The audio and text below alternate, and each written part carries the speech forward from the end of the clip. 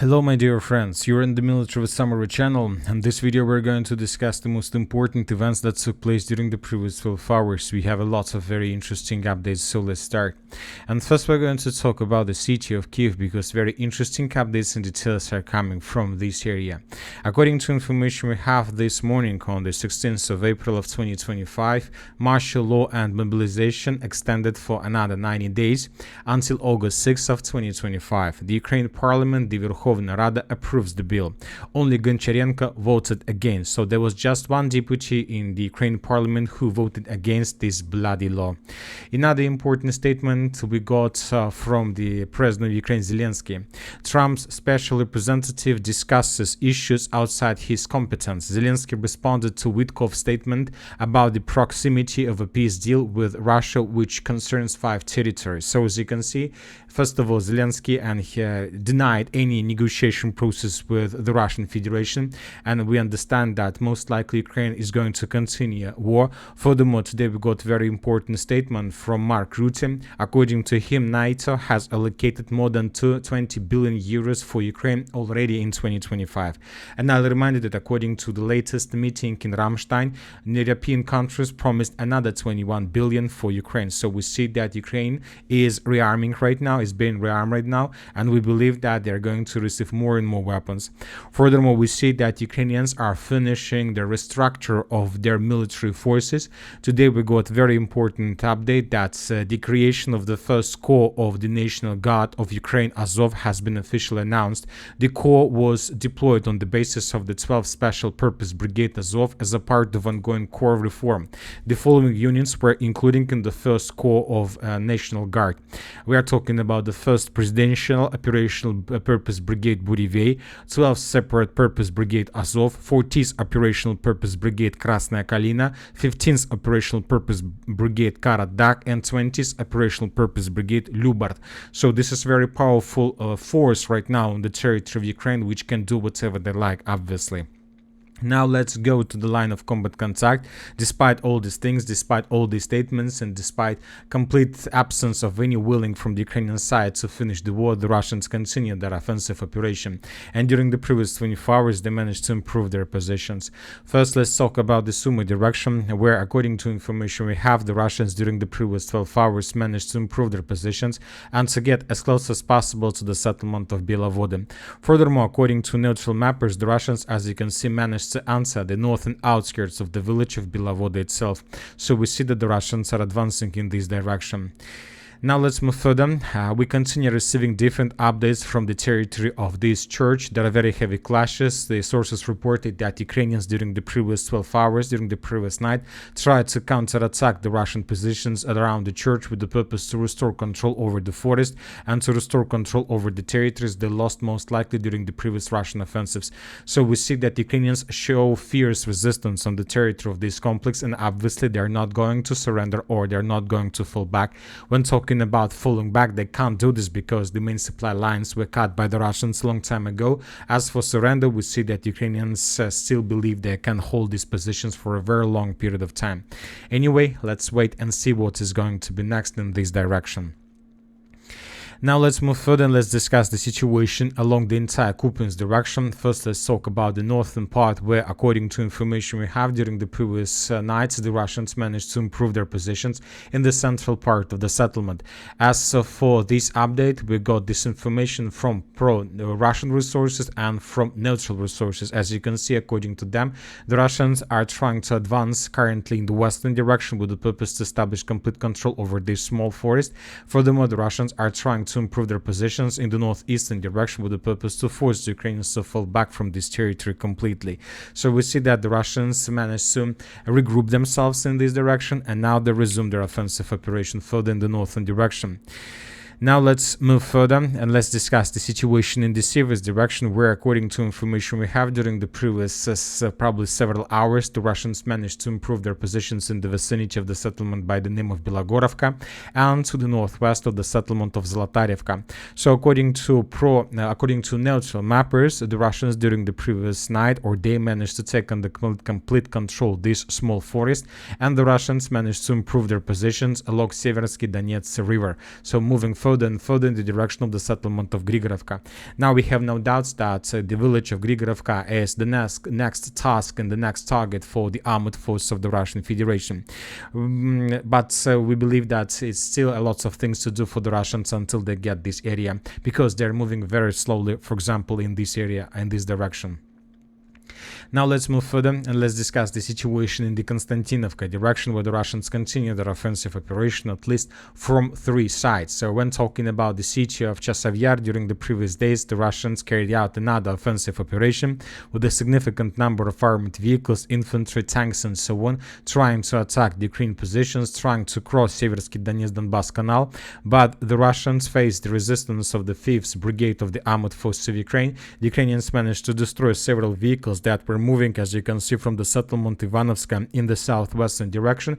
According to these icons, we can see approximately the route of Russian attack, and as we understand, the Russians haven't managed to reach the combat line, and most of the vehicles were damaged and destroyed during this attack.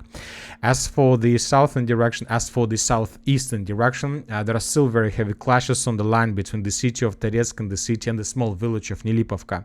The Ukrainians continue their attempts to counterattack the Russians in the village of Nilipovka using all sources and all manners they have, but the Russians control the situation and the Russians continue repelling Ukrainian attacks. In this video we can see how the Russians were hunting and destroying Ukrainian vehicles, how the Russians were bombing and attacking the Ukrainian tanks that arrived in this direction, and how the Russians were trying to destroy as many as possible temporary deployment points of the armed forces of Ukraine. So the Russians control the situation despite, let's say, fierce Ukrainian counterattacks.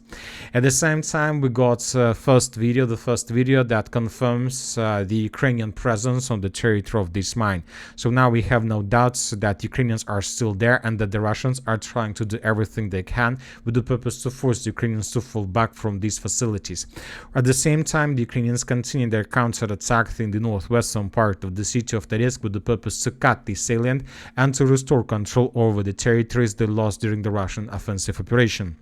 At least this information was provided us by different neutral and let's say neutral mappers. Let's move further, and now let's discuss the situation in the Kliban-Bytska direction, where the Russians continue their advances.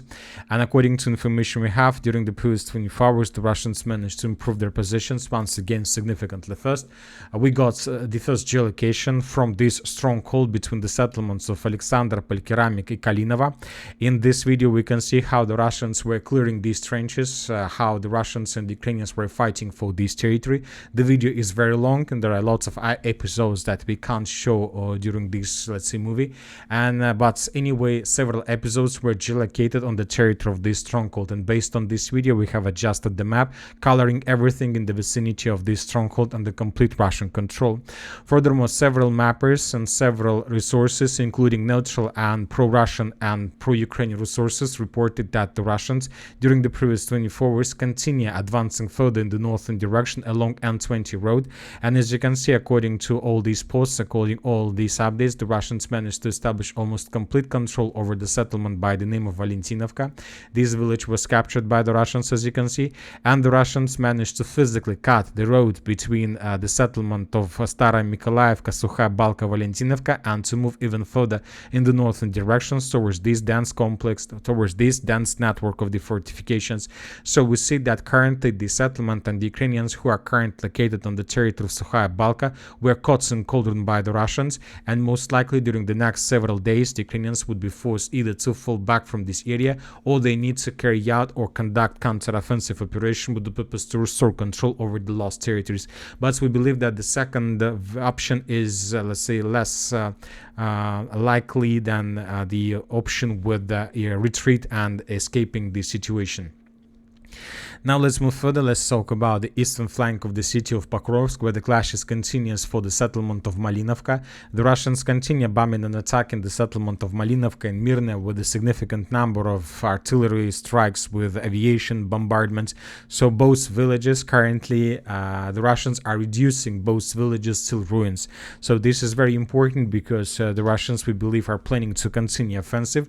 We believe that there are very strong positions of the armored forces of Ukraine, but from the other side, we understand that this is very important and strategical position, because if the Russians can establish complete control over this territory, this could lead to complete collapse of Ukrainian defense between the Pokrovsk agglomeration and the Konstantinovka agglomeration. At the same time, during the previous 24 hours, the Ukrainians counterattacked the Russian forces on the territory of the Vadiana Druge.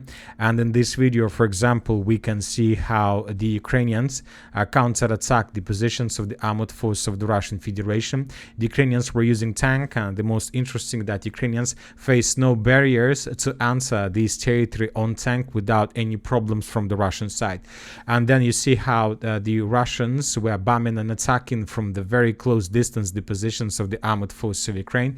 And after these bombardments, the Ukrainians abandoned these positions also without any problems.